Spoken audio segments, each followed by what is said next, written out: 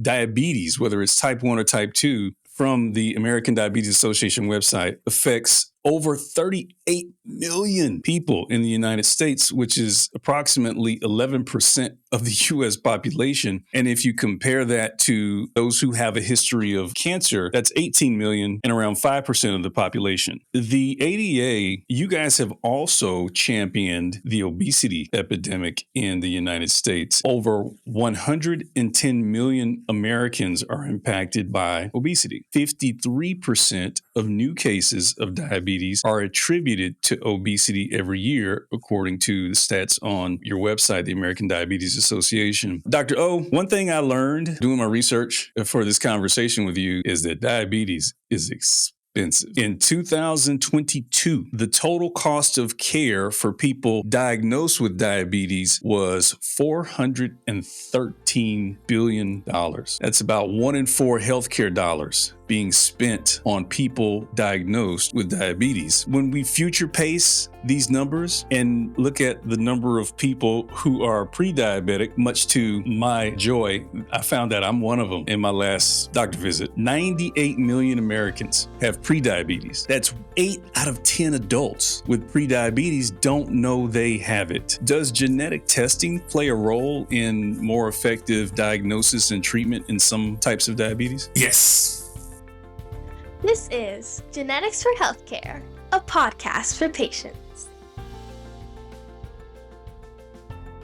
Welcome to another episode of Genetics for Healthcare, podcast dedicated to patients and their family members to help decipher genetics and genomics and what they mean for us in our healthcare journeys. Be sure to connect with us at geneticsforhealthcare.com. From there, you can go to any of our social media platforms or podcast streaming outcomes. We appreciate you hitting the subscribe button so you can get updates on great new episodes and content like this one. Today, I am privileged to have Dr. Osagie Ebekozien, Chief Quality Officer of the American Diabetes Association. Dr. O, we worked this out in the green room, by the way, folks. Dr. O, thank you for joining Genetics for Healthcare. I am so honored to be here, and even more honored that we get to do this on the beautiful day in Boston here, and it's also a beautiful month too, because this is November and it's diabetes month. So really excited to be here and look forward to the conversation we're going to have today. Thank you for having me. Absolutely. So Dr. O, I kind of explained to you, so we give a patient first lens on every topic that we talk about, and we have experts on the show all the time. And you know, it's kind of like cliche to say, hey, this guy wrote the book on something. Folks, we literally have an expert who literally wrote the book on diabetes, 13-chapter book on type 1 diabetes, published by Elsevier Endocrinology and Metabolism Clinics. You know, is gangster when I can't even pronounce the words. But Dr. O, I'll start you with this. Tell us about your background. What originally drew you to a career in medicine, and why specifically diabetes research? So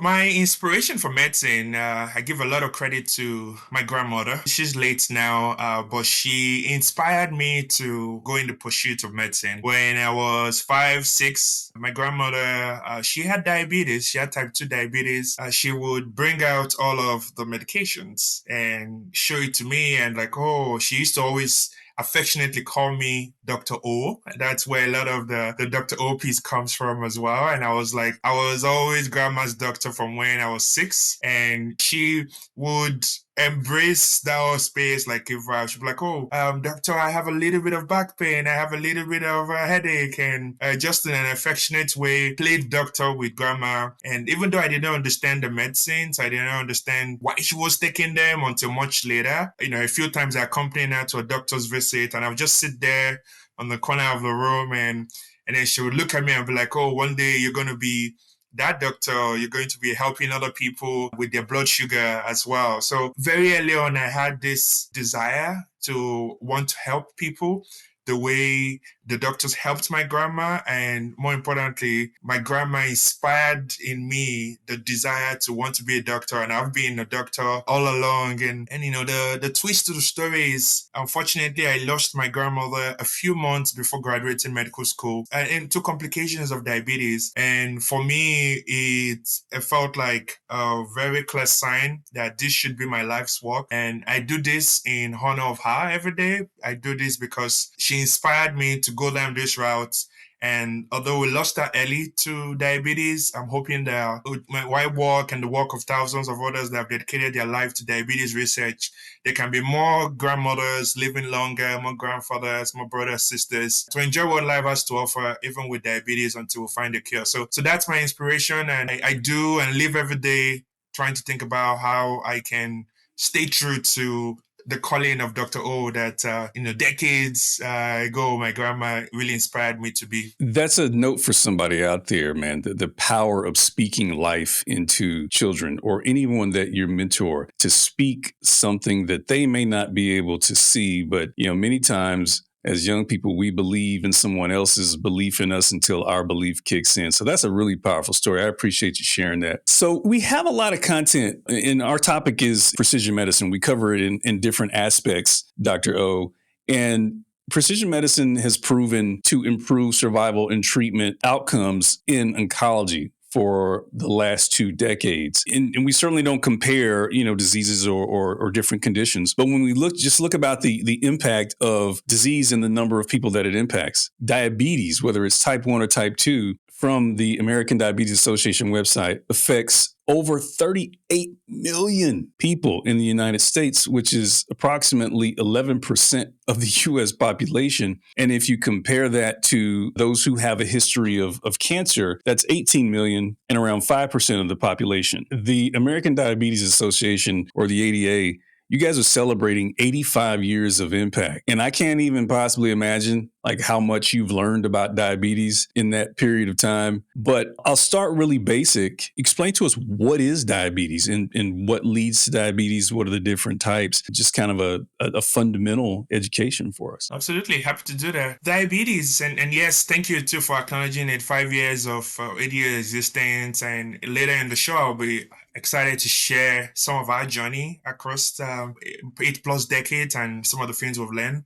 I'll come back to that if you indulge me. But diabetes, it's very simple. It's when the body has excess amount of sugar in the blood, or we call it glucose, blood glucose. So typically, for someone without diabetes, when they eat or drink something that has sugar content or glucose, our body would break down that sugar, will break down into very small glucose molecules that gets absorbed by the cells of the body, or get stored in the body as well, or stored in the liver, or stored in other places. What you have in diabetes is the body can't take this extra sugar level, so they stay in the blood for a while. The unfortunate piece is, with the blood sugar level being very high, tends to have significant effect on different organs of the body. So a lot of the effects we see with diabetes, it's as a result of having that excess amount of sugar in there, and the body not being able to do what it will do without diabetes, of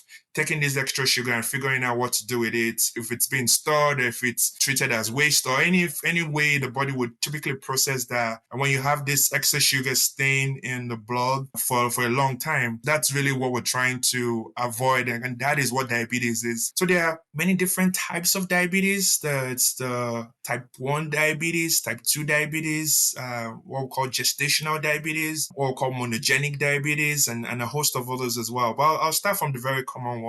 In type 1 diabetes, part of the body called the pancreas. Pancreas have special kinds of cell called the beta cell and the alpha cells. These cells are in a section part of the pancreas called the islets. In type 1 diabetes, for a mix of both genetic and environmental issues and other things that the truth is, we still don't know all the things that triggers the start of type 1 diabetes. We have speculations, and we have a lot of studies that have tried to explore different factors. But we know there are those two components. There's an environmental trigger, and then there's some genetic components as well. But in type 1 diabetes, the body attacks itself, and attacks specifically this beta cells in the pancreas. So that's, what we sort of describe as autoimmune. So the body soldiers that are there to defend the body against external elements coming into the body, treats the signal as a little different and goes on the attack. So with that, impacts these cells, and these cells are responsible for producing insulin, that is a chemical or hormone that helps the body take in the glucose, helps the body take the glucose and sort of process that glucose in very late terms. So in type 1 diabetes, you have this autoimmune reaction that destroys the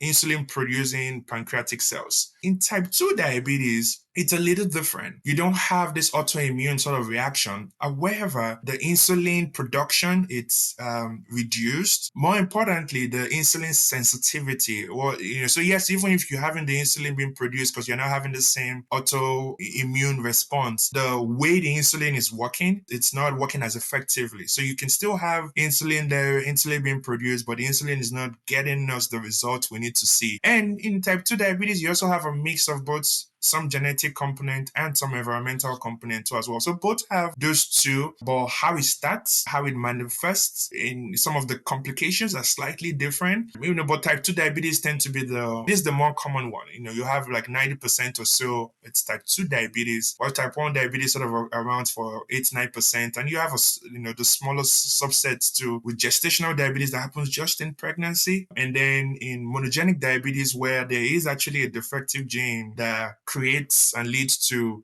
some of those symptoms that we see. So the big picture message here is the blood is supposed to be able to regulate the amount of sugar level in the body. Is supposed to regulate sugar levels through insulin and other chemicals and other hormones. So not just insulin, other hormones play a key role there. In type 1 diabetes, you have the body affecting the cells that produce that. In type 2 diabetes, you have this insulin, even though it's being produced, not working as effectively, and other sort of different types too as well. So it's really sort of, I try to explain it as lay as I can, but in our essence, too much sugar in the blood, then we're seeing diabetes. I appreciate that. And I want to put a pin in the role that genetic testing can play for some patients. But the ADA, you guys have also championed the obesity epidemic in the United States. And earlier this year, your organization released clinical guidelines in the form of standards of care in overweight and obesity. Over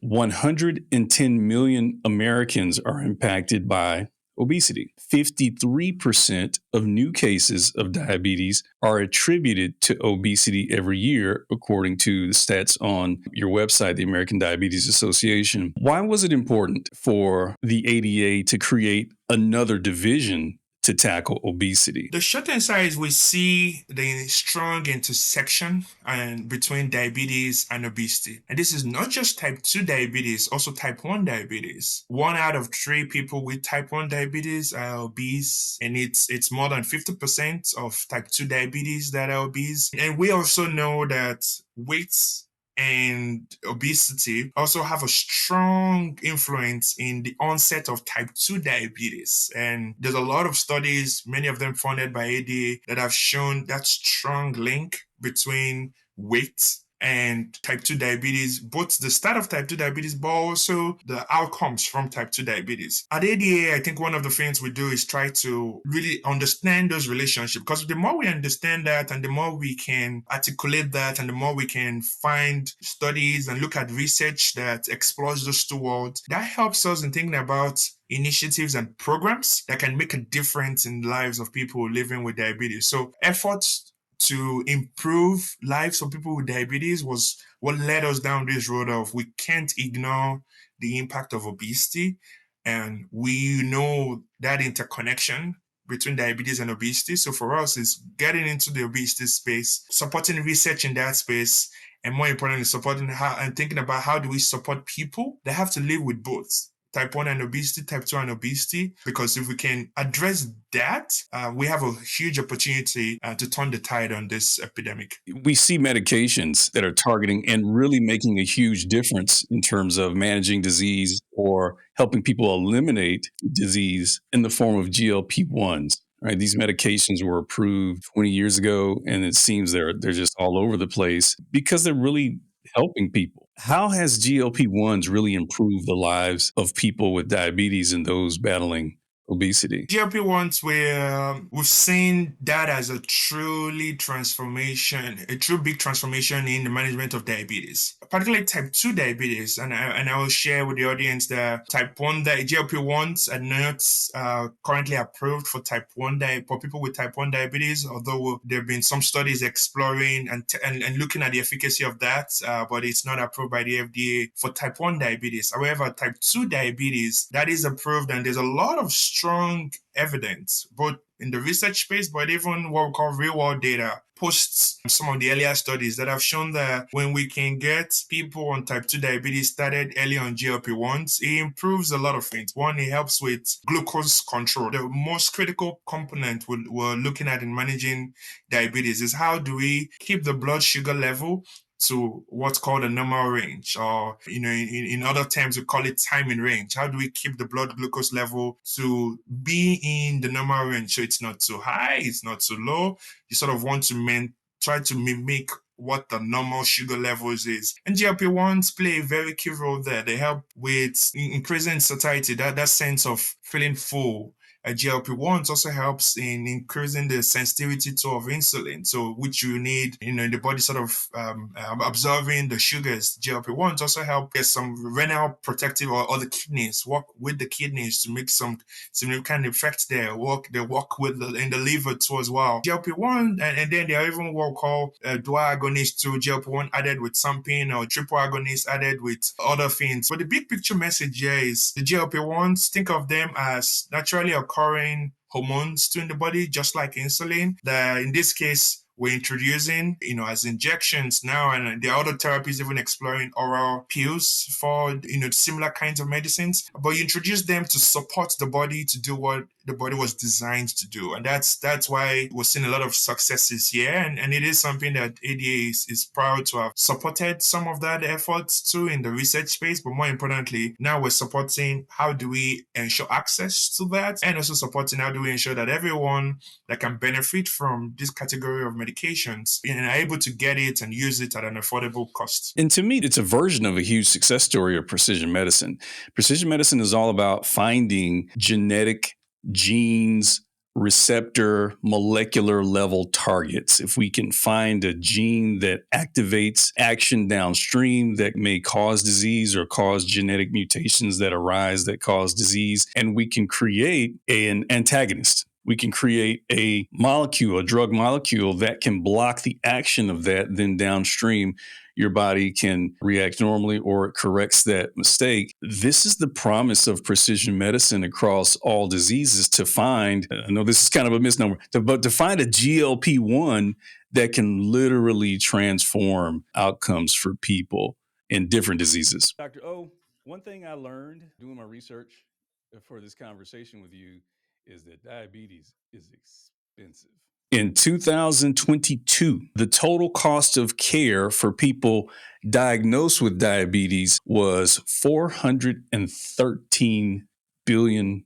That's about 1 in 4 healthcare dollars being spent on people diagnosed with diabetes. A lot of the expenses are related to hospitalizations and medications used to treat diabetes complications. When we future pace these numbers and we look at the number of people who are pre-diabetic, much to my joy, I found that I'm one of them in my last doctor visit. 98 million Americans have pre-diabetes. 8 out of 10 adults with prediabetes don't know they have it. I don't even know where to even start talking about this, Dr. O, but can you tell us about something that I learned about? The CDC has a national diabetes prevention program. Can you share the impact that this program has had on improving outcomes and the cost of care associated with managing and treating diabetes? Well, first off, you also deserve a lot of credit too for making that trip to your doctor and doing those assessments and understanding what are your risks now, and also understanding where you sort of are in that spectrum. And the good thing I will share is with pre-diabetes, we do have a chance to turn that tide and change things, which is one of the beauty and the success of the diabetes prevention program. The whole goal of the program is how do we prevent diabetes? And one of the key aspects of preventing diabetes, impact and the power of physical activity, and impact and the power of routine, regular exercises, amongst other things, and impact and the power of weight loss as well, amongst other things. So, one of the things to the audience, I encourage everyone listening, it's ADA, we recommend if you're 35 and over, you should get screened for diabetes. It's a simple test to do that. So if you're 35 and over listening to this and you've never been told about your risks of diabetes, talk to your doctor and tell them, oh, like, you heard on this podcast that ADA recommends that because we recommend that, and you recommend to be screened, and the doctor would run those tests and let you know what your risks are. But even outside of the test, you can, on the ADA website, we have a very simple screening tool as well that you can answer a few questions to also understand your risks and then use that in having a conversation with your doctor. Sort of coming back to the DPP and the prevention of that, it starts there. We start in increasing the awareness of that. You share the important statistics of 8 out of 10 don't even know that they have prediabetes or they are at risk of having diabetes. That's one of the beauty of the DPP program. It's creating that awareness around the hope and the importance of preventing diabetes, engaging people to think about weight loss and think about effective weight loss through a series of other things, including physical activity. There's also the additional medications as well, to which I'll sort of spare the audience through that. But the key message with all of this is, if you identify your risks early enough, there are things, very practical things you can start to do today, tomorrow, to reduce that risk. And if you reduce the risk significantly enough, we can actually prevent that person from having diabetes. So, and that's one of the things we've seen with DPP. Going through this program, completing it, going through the steps and walking through that, and people are encouraged to read more on the CDC website, but also the ADA website. We have a lot of resources there as well. We saw you can reduce more than 50% of people that had increased risks of diabetes were able to prevent that because of sort of going through an elaborate, intentional program that helps them identify what their risk is and take actions to reduce that. And you can prevent that piece in the future. So that's one way we can start to reduce the cost of diabetes. Is also reducing the number of people that have prediabetes that move on to having diabetes. So that's one, and that's in the type 2 diabetes space. But in the type 1 diabetes space, there's also opportunities now for screening. Type 1 diabetes, like I described earlier, starts with the body sort of immune cells response to naturally occurring pancreas cells. What we know with type 1 diabetes is that when someone presents with the symptoms, that is stage 3. That is where they already have clinical symptoms.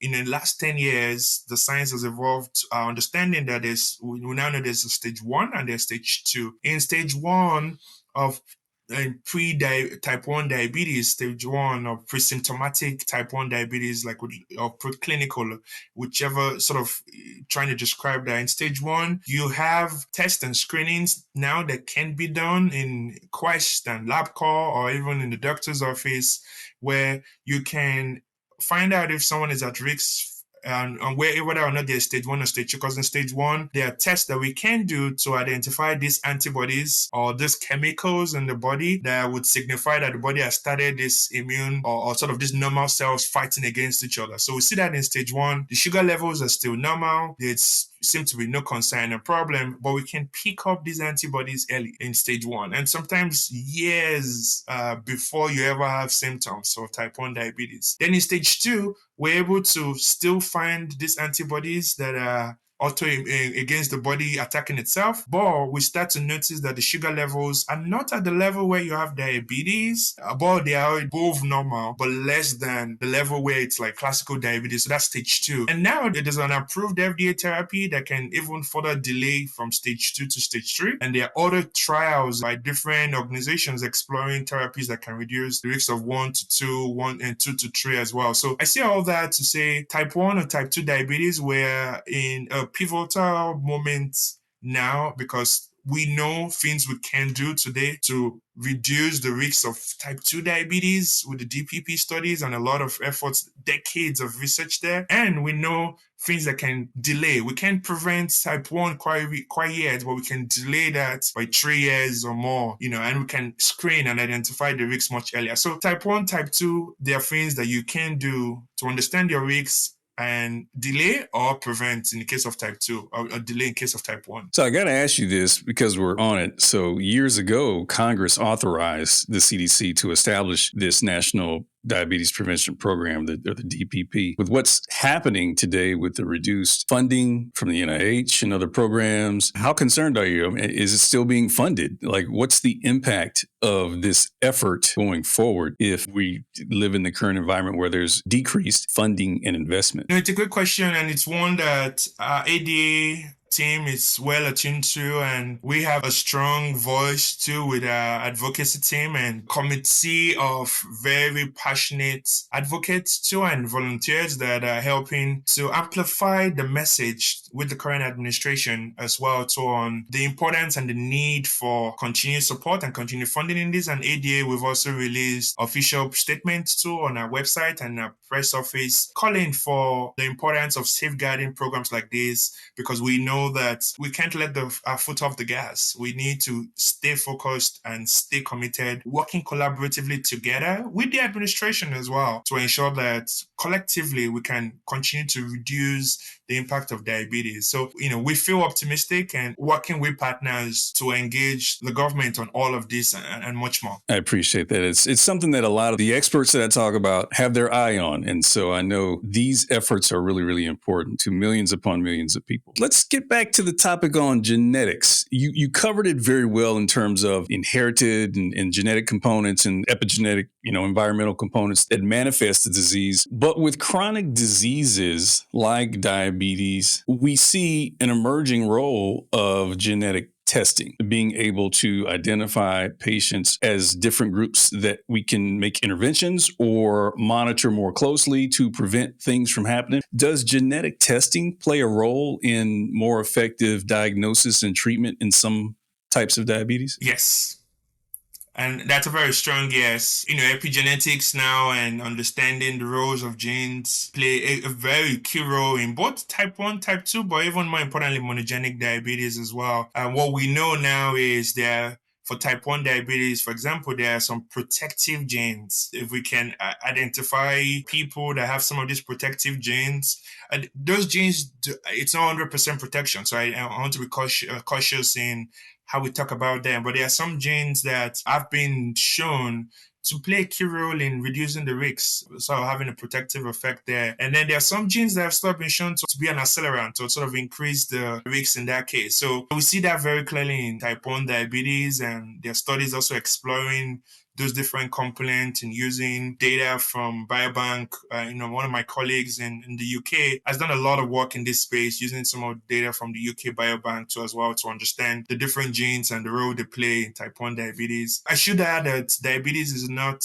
inherited. While there's a strong genetic component to both type 1 and type 2 diabetes, the fact that a mom or a dad had diabetes doesn't translate to the child will have that. So just want to really be very clear on that. What we know, most of for type 2 diabetes is the genetic component plays a key role, family member, and that's why doctors ask that question too. If your dad or mom or a close blood relation has diabetes, we want to know that to also understand those pieces. And even when you take screening tests on the ADA website, there are some questions similar to that. But why we ask those questions is the more, family members with type 2 diabetes, we also see that increased risk too as well. But it's not a one-to-one risk. I want to emphasize environmental factors play a very key role in diabetes, both in type 1 in terms of the triggers, and then in type 2 in terms of the impact of obesity, the impact of some of the other things we talked about much earlier. In case of monogenic diabetes, it's clearer role in terms of the genes, because in monogenic diabetes, very late terms, there's a destruction of a specific gene that sort of impacts this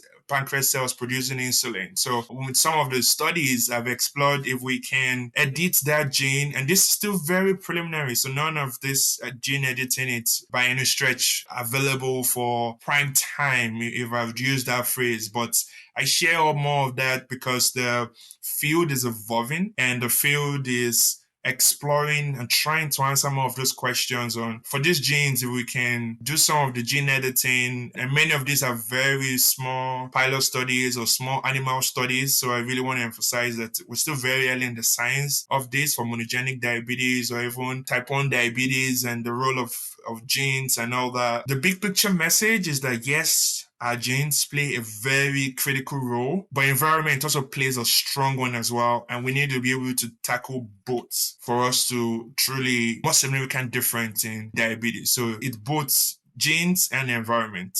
And that's why, so one alone won't get us to the results we're hoping for. These days, you can't flip a page on your phone or peruse the internet without AI being a part of something, right? So when we talk about genetics for healthcare, when you combine like what we're learning every day, you just mentioned we're at the beginning stages of learning gene editing and what we can find out through genetic and genomic signatures to help patients with diabetes or even prevent the disease.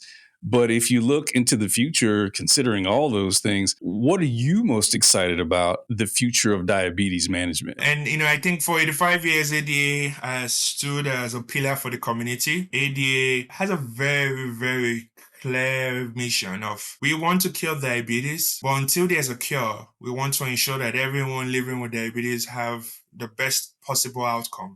We do that now through 4 ways. We do that through research. Every year, the ADA commits millions of donor dollars to research. We, more than 20% investment goes heavily into diabetes research, obesity research, and that's something that the ADA continues to do a lot more in there. But beyond research, advocacy, it's a critical component of what we do. A large proportion of ADA's funds also goes to fighting for the rights of people living with diabetes, advocating with the government, advocating with the payers, Medicare, Medicaid, and really sort of supporting all of those efforts there. Education and ensuring that patients, providers understand the new research and the new technologies and the new insights and what they can do. All of those are all critical things we've been doing. The last component is part of what I'm also excited about, which is we're at the stage now where we've learned a lot from research, a lot of great technologies out there, the continuous glucose monitors and automated insulin delivering devices or connected pens or smart pens. Talked about the GLP-1s. But we're at the stage now where ADA for 35 years has put out recommendations like you talked about, and like obesity recommendations or diabetes recommendations. We call those as standards of care. But one of the things myself and my team are doing for the ADA and on behalf of people living with diabetes is taking these standards and moving that into routine practice, specifically in the primary care doctor and the community level among people that might not be able to read those books. As much as I would love everyone to read our books, we know that not everyone can. But how do we take that information to them by the bedside? How do we support them to understand what the current science is? How do we use AI to streamline their work and streamline how they care for people with diabetes now, which, so what I'm most excited now, it's the next phase of our journey, which is we're taking our research, we're taking our standards, we're taking all of the great decades of information, and we want to put that into practice on the community level as quick as we can. And we're partnering with 9 other national associations across the country. So think about American Pharmacy Association to help us think about how do we equip pharmacists, the American Institution for Nurse Practitioners, Physician Associates, Clinical Endocrinologists. We get a chance now to not just go alone, but go with other national bodies to push the needle on that. And we're partnering with a lot of other innovative AI solutions to thinking about how to do that in primary care and the specialty care space, thinking about new quality measures. What are we tracking? How do we change the incentive to make it easier to do the right thing? What I'm most excited about is transforming our standards of care and making them routine practice, because we know a lot now. We don't know everything. We still stay humble in terms of what we know and what we don't know. There's still a lot we don't know, but in my opinion, we know so much now that people living with diabetes this day and age in Boston, where I am, Dallas, where you are, irrespective of what you sound like, what you look like, should be able to get the best possible care, because there's a lot of tools out there. How do we get it in the hands of people that can benefit from that? So that's what keeps me going. That's what I'm most excited about, is that opportunity to reach everyone wherever you are. We're very much aligned, because that is also my passion. And this is why we do this podcast, Genetics for Healthcare, to really help people understand the language and to have the confidence to have these conversations with their care providers and their family members to become better advocates for precision medicine approach to care. So I'll get you out of here on this. I always ask our experts or the guests that we have on the show for 3 practical tips, because there's someone watching this who may have just gotten a diagnosis, or they went to the doctor and left with a smile wiped off their face like I did when I learned I was pre-diabetic. So if you could give 3 practical tips for someone to reverse if they have had a diagnosis of diabetes and they're managing it, or to prevent in the stage of pre-diabetes, or to avoid being pre-diabetic altogether. If you can give 3 practical tips to those folks to help their diabetes prevention or management, what would they be? I think the first is you have to understand what your risk is. The first place, it always starts there. You have to have that doctor's visit, the well visit. And when you're there, ask your doctor if your doctor hasn't brought up the conversation, or nurse practitioner or PA or whoever it's the member of the care team you're speaking with. Ask them very clearly, your care provider, what is my risk of diabetes, and what's my current blood glucose level? If you haven't had this in the last 3 years, what is my A1C, the hemoglobin A1C? And that's a test that your provider will understand what you mean. So ask them, tell them you want to understand your risks. So that's the first place I say, understand where you are. What is your risk for diabetes? If you're not in that phase and like you already have diabetes, you already have type 2 diabetes, or you have type 1 diabetes, I want you to understand that there are tools now that can help you. One of those tools that we'll feel very passionate about, it's what we call the continuous glucose monitors, or CGM. What they are small devices that you can attach to and what they do is they measure the sugar level and sort of tell you in real time what your sugar level is. Because before now, people with diabetes had to do finger pricks and like a needle and then prick their finger to check that. And there's a lot of pain with that. There's a lot of discomfort with that, the inconvenience. But right now, there are tools where you don't have to be doing that. So if you're still doing that, whether it's type 1 or type 2 diabetes, you need to talk to your doctor about a CGM. Tell them this Boston sounding guy, a guy that sounded like it's from Boston. That's a joke there. Shared with you that there's a CGM, and ask your doctor about what is a CGM. And if you have diabetes, type 1 or type 2 diabetes, the ADA recommends you should be using a CGM, and the doctor can walk you through that. And if you need other resources, at the ADA's website, diabetes.org, we have a whole wealth of information on managing diabetes and food and diet and nutrition and technology solutions like this. I think the last piece is you can be a voice. You can be a voice in your community, in educating yourself, in empowering yourself, in advocating. People living with diabetes or people that are at risk of diabetes can be the most effective advocates, because you want to reduce your risks. So you want to make sure that how do we push for solutions on the community level and on the societal level that can help reduce your risk. So if you already have diabetes, how do we push on the societal community level to reduce your risk for complications or to increase your chances of being able to live a healthier life there? So the third piece is use your voice. There are ways you can stay engaged, ways you can stay active, ways you can volunteer your time and your voice to be a strong advocate in pushing it, because we truly need everyone and to take all of us together. So understand your risks, ask about solutions that can help you manage diabetes better, one of them including the CGMs or the GLP-1s or any of the things we talked about on the show today. And most importantly for me, you have a strong voice. Please use it, because we need you in this fight. Dr. Osagie Ebekozien, Chief Quality Officer of the American Diabetes Association and an avid soccer fan. By the way, the U.S. Cup, the World Cup is coming to the United States. You got your tickets? I'm looking into it. I was literally last week looking at some of the tickets in Foxborough, which is about 15 miles from my house. So I'm looking into it. I have a group chat with some of my friends, and we're going to go see it together, see some of the games here in Boston together. I'm really excited about it. Dr. O, thank you so much for coming and sharing the vision and everything that the ADA is doing to curb the obesity and the diabetes epidemic in the United States. Thank you for being a guest on Genetics for Healthcare. Thank you for having me. I appreciate it. This is Genetics for Healthcare, a podcast for patients.